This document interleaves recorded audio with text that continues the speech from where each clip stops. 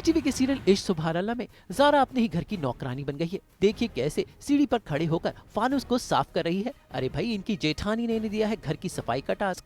ऐसे में होती है कबीर बाबू की एंट्री, जो ज़ारा को गिरने से बचा लेते हैं। भाई वाह, कैसा भी मौका हो, इन दोनों को तो बस प्यार करने का मौका चाहिए। और लगता है इस बदहाली के बीच भी ज़ारा और कबीर ने इश्क फरमा ही लिया।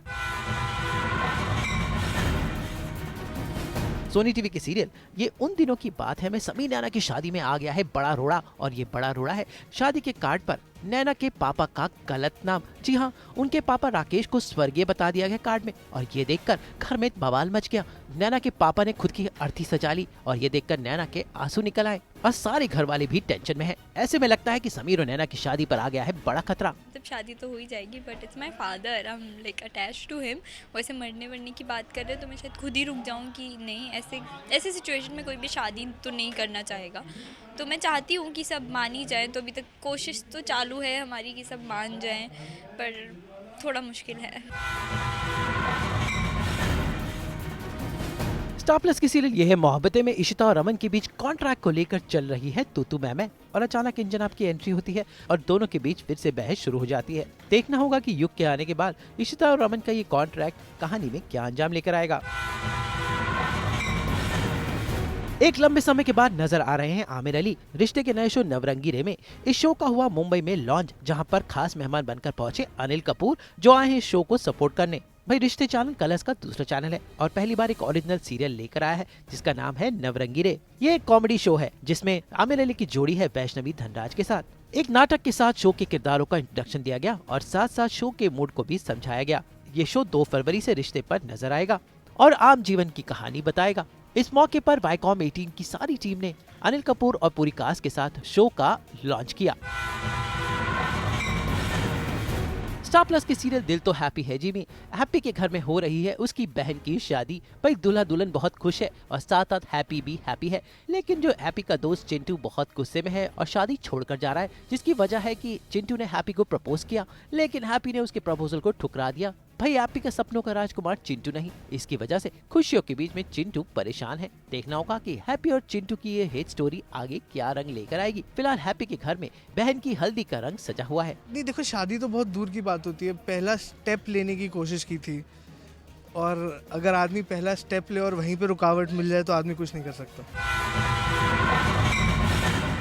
सोनी टीवी के सीरियल में मायके चली जाऊंगी में छिड़ गई है दामाद और सास के बीच में जंग। ठन गई है सत्या देवी और समर के बीच। ऐसे में बेचारी जया फंस गई है, लेकिन जया को अभी बहुत सारे काम करने हैं। तो कैसे निपटेगी अपने पतिदेव और अपनी मम्मी से जया। लेकिन कहानी में ट्विस्ट तब आया जब समर की माँ यानी जया की सासू माँ नौकरानी बनकर आ गई अपने बेटे के ससुराल में। भाई, लगता है दोनों समधे ने मिलकर जया और समर की जिंदगी में अब काफी कुछ खुराफाते करने वाली है। देखो, मेरा तो ये मानना है कि इन दी एंड जो सच्चा होता है और जो सही होता है उसी की जीत होती है। थोड़ी बहुत प्रॉब्लम्स होंगी, आएंगे जाएंगे, आते रहे जाते रहे, मुझे फ़र्क नहीं पड़ता। हाँ, वो एग्जैक्टली अगर इतना सब होने के बाद भी उसे ऐसा लगता है कि चीज़ें ठीक हो जाएंगी और मैं उसे माफ़ कर दूंगी, तो वो गलत है। और आई थिंक वही प्रूफ करने के लिए मैं भी मम्मा की हाँ में हाँ मिला लेती हूँ।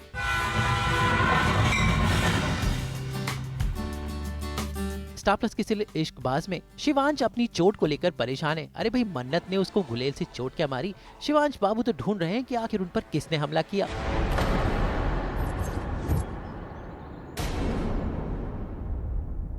लेकिन प्यार का ये दर्द ही शिवांश और मन्नत के प्यार का सबब बनेगा।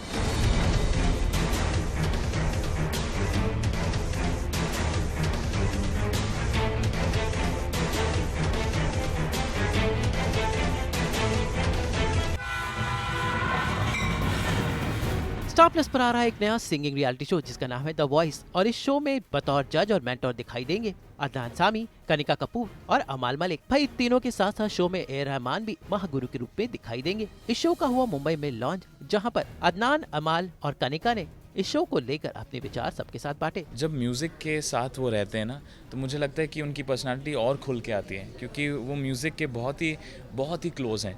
एंड मुझे लगता है कनिका ऑल्सो ने अभी मेंशन किया था कि रहमान सर के अलग अलग रंग देखने को हमें मिल रहे हैं। कितनी खुश हो जाते हैं जब कोई कंटेस्टेंट बहुत अच्छा परफॉर्म कर रहा है।